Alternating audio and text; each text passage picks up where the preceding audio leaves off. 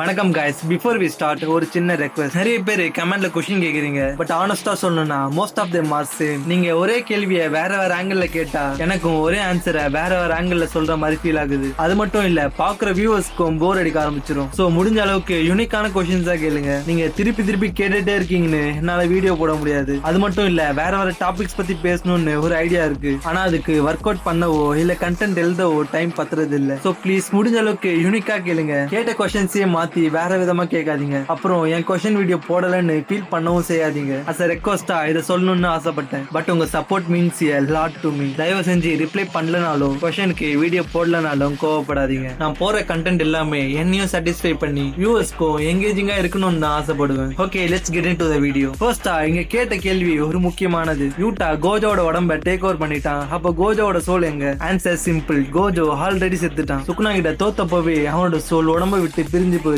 Utah பண்ணது brain transplant, அதாவது கெஞ்சாக்குவோட technique. கோஜோட உடம்பு இப்போ ஒரு டிரைவர் இல்லாத சூப்பர் கார் மாதிரி. அந்த கார்ல இருந்த பழைய டிரைவர், அதாவது கோஜோ செத்துட்டான். இப்போ புது டிரைவர் யூட்டா ஏறி உட்காந்து ஓட்டிட்டு இருக்கான். ஆனா ஜேஜேகேல ஒரு தியரி இருக்கு, பாடி தான் சோல், சோல் தான் பாடி. அதனாலதான் கெட்டோ உடம்புல கெஞ்சாக்கு போனப்போ கெட்டோட கை லேசா அசைஞ்சது. அதே மாதிரி கோஜோட உடம்பும் யூட்டாக்கு சில சமயம் ரெசிஸ்ட் பண்ணலாம், ஆனா கோஜோ முழுசா திரும்ப வர மாட்டான். சோ கோஜோ நிம்மதியா மேல ரெஸ்ட் எடுத்துட்டு இருக்கான். கீழே நடக்கிற சண்டைய யூட்டா தான் பாத்துக்கிறான். கார் ஒண்ணுதான், ஆனா டிரைவர் வேற ப்ரோ. நெக்ஸ்ட் கொஸ்டின்ல கேட்டிருக்கிறது ஒரு சூசைட் மிஷன் ஸ்ட்ராட்டஜி, ஆனா அது ஒர்க் ஆக வாய்ப்பு இருக்கு. இங்க பிளான் என்னன்னா ஒரு ஷிகிகாமியா சாக்ரிஃபைஸ் கொடுக்கிறது, ஃபியூச்சர் எனர்ஜியை கடனா வாங்குறது. இதை மட்டும் சரியா பண்ணா மஹோராகா காலி. Step 1, sacrifice wow. மிகுமி இப்போ மேக்ஸ் எலிஃபண்ட நிரந்தரமா இழக்கிறன்னு ஒரு பைண்டிங் வாவ் போட்டா அதுக்கு பதிலா டிவைன் டாக் டோட்டாலிட்டிக்கு ஒரு அசுரத்தனமான பவர் கிடைக்கும். ஆல்ரெடி டோட்டாலிட்டி ரொம்ப ஸ்ட்ராங், இதுல சாக்ரிஃபைஸ் வேற பண்ணா அதோட கிளாஸ் ரொம்பவே ஸ்ட்ராங் ஆயிரும். ஸ்டெப் 2, டைம் வாவ் தி லோன். அடுத்த 1 இயருக்கு நான் கர்ஸ்ட் எனர்ஜி யூஸ் பண்ண மாட்டேன், ஆனா அந்த மொத்த ஸ்டாக்கும் எனக்கு இப்பயே வேணும். இப்படி கேட்டா 1 இயர் பவர் ஒரே நொடியில கிடைக்கும். இது சுக்குனாவோட ஃபயர் ஆரோ அளவுக்கு ஒரு பவரை கிரியேட் பண்ணும். தென் ரிசல்ட்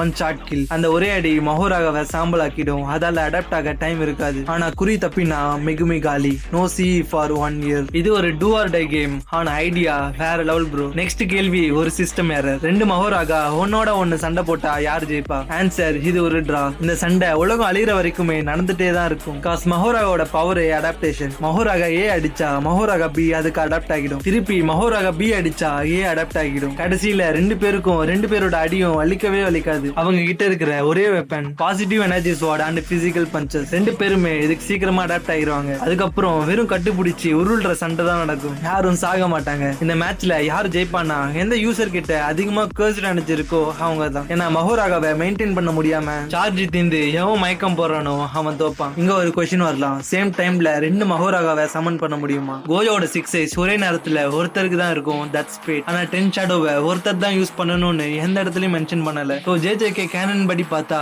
அது மேபி பாசிபிள், பட் அந்த டெக்னிக் ஒரே நேரத்துல 2 பேருக்கிட்ட இருக்கணும் அண்ட் அவங்க ஜெனின் மெம்பரா இருக்கணும். இது வெறும் என்னோட ஒப்பீனியன் தான். நெக்ஸ்ட் ரொம்ப முக்கியமான கேள்வி, சுக்குனா யூஜி கிட்ட போட்ட பைண்டிங் வாவ் என்சைனை மீறினா என்ன ஆகும்? ஜேஜேகே வேர்ல்டுல பைண்டிங் வாவ் மீறது தான் இருக்கிறதுலே பெரிய தப்பு. சுக்குனா கூட இதை நினைச்சு பயப்படுவான். செல்ஃப் ஆஃப் பண்ணி அதை மீறினா பவர் போகும், அவ்வளவுதான். ஆனா அடுத்தவங்க கூட பேக் போட்டு அதை மீறினா தண்டனை எப்போ வரும் எப்படி வரும்னு யாருக்கும் தெரியாது. கெஞ்சாக்கு சொல்றபடி அது ஒரு அன்பிரடிக்டபிள் பேரழிவு. அதனாலதான் அந்த 1 மினிட் கேப்ல சுக்குனா யாரையும் கொல்லல, ஏஞ்சல கூட கொல்லாம மயக்கம் போட வச்சிருப்பான். யூஜியை காயப்படுத்தாம அவனோட ஃபிங்கரை அவனே பிச்சுக்கிட்டான். இதுதான் லூப் ஹோல். ஏன்னா வாவ பிரேக் பண்ணா அவனோட எக்ஸிஸ்டன்ஸே அழிஞ்சு போகலாம். சுக்குனா ஒரு மான்ஸ்டர் தான், ஆனா அவன் ஒரு சிறந்த லாயர். சட்டத்தை மீற மாட்டான், ஆனா சட்டத்துல இருக்க ஓட்டையை வச்சு ஏமாத்துவான். அடுத்து இந்த கொஸ்டின் லாஜிக் படி பார்த்தா இந்த பைண்டிங் வாவ் கண்டிப்பா ஒர்க் ஆகும், ஆனா கோஜோக்கு இது தேவையா? ஜேஜேகேல 2 விஷயம் இருக்கு, கெபாசிட்டி எவ்வளவு பெட்ரோல் டேங்க்ல இருக்கு, எஃபிஷியன்சி மைலேஜ் எவ்வளவு தருது. சுக்குனா கிட்ட பெரிய டேங்க் கெபாசிட்டி அதிகம், ஆனா கோஜோ கிட்ட 6 சைஸ் இருக்கு. அவன் யூஸ் பண்ற எனர்ஜி அளவு 0க்கு சமம். அவனுக்கு சுக்குனா லெவல் கெபாசிட்டி கிடைச்சாலும் ஒண்ணுதான், கிடைக்கலனாலும் ஒண்ணுதான். காசு அவனுக்கு ஃபியூல் தீரவே தீராது,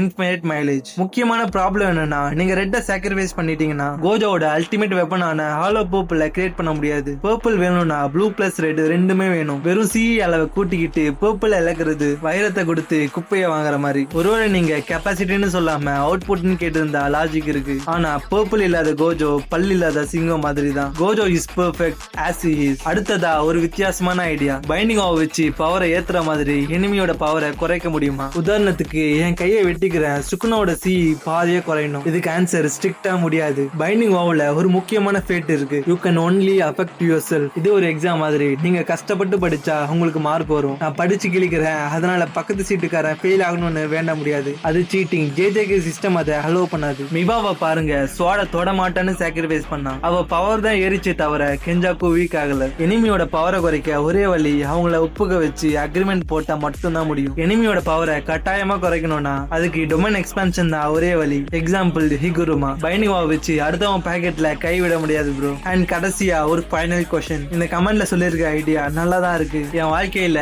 இனிமே ப்ளூ ரெட் ரெண்டுமே யூஸ் பண்ண மாட்டேன். பதிலுக்கு என் இன்ஃபினிட்டி யாராலையும் பைபாஸ் பண்ண முடியாதபடி அப்கிரேட் ஆகணும். இது some enemies like Toji or Jogo மாதிரி ஆளுங்களுக்கு ஒர்க் ஆகும். ஆனா சுக்குனா கிட்ட இது எடுபடாது. சுக்குனாவோட வேர்ல்ட் ஸ்லாஷ் உங்க இன்ஃபினிட்டியை பைபாஸ் பண்ணல. அது இன்ஃபினிட்டி இருக்கிற இடத்தையே வெட்டுது. அதாவது அந்த ஸ்பேஸ் அண்ட் வேர்ல்டையே வெட்டுது. நீங்க பைண்டிங்காவை போட்டு உங்க டோரை எவ்வளவு ஸ்ட்ராங்கா மாத்தினாலும் சுக்குனா டோரை உடைக்க மாட்டான். அந்த செவருக்கே வெடிய வைப்பான். இன்ஃபினிட்டி இருக்கிற ஸ்பேஸ் அழிஞ்சா இன்ஃபினிட்டியும் அழிஞ்சிடும். இன்னொரு ப்ராப்ளம், நீங்க கேட்ட ஆட்டோமேட்டிக் அல்ட்ரேஷன் ஒரு கர்சர் எனர்ஜியோட வேலை. பைண்டிங்காவை வச்சு உங்க பவரை பூஸ்ட் தான் பண்ண முடியுமே தவிர இல்லாத ஒரு லாஜிக்கை உருவாக்க முடியாது. சிஸ்டம் அதுக்கு அலோவ் பண்ணாது. ப்ளூ ரெட் போனதால ஹாலோ பர்பிளும் போச்சு. நான் கோஜோ கிட்ட வெப்பனும் இல்ல, வேர்ல்ட் ஸ்லாஷை தடுக்க வழியும் இல்ல. இது கோஜோக்கு வேர்ஸ்ட் டீல். முடிஞ்ச அளவுக்கு உங்களோட क्वेश्चंसக்கு கரெக்டா ஆன்சர் பண்ணிருக்கேன்னு நினைக்கிறேன். இதுக்கப்புறம் கேட்கிற क्वेश्चंसல எது எனக்கு ரொம்ப பிடிச்சிருக்கோ ஆர் மத்தவங்களுக்கு பிடிச்சி அதிகமா எது லைக் வாங்கியிருக்கோ அந்த மாதிரியான क्वेश्चंसக்குலாம் கண்டிப்பா வீடியோ வரும். முடிஞ்ச அளவுக்கு லைக் அண்ட் சப்ஸ்கிரைப் பண்ணி சப்போர்ட் பண்ணுங்க. நெக்ஸ்ட் ஒரு இன்ட்ரெஸ்டிங்கான வீடியோ ரெடி பண்ணிட்டு இருக்கேன். முடிஞ்ச அளவுக்கு சீக்கிரமா அப்லோட் பண்றேன். அது வரைக்கும் உங்களிடம் இருந்து விடை பெறுவது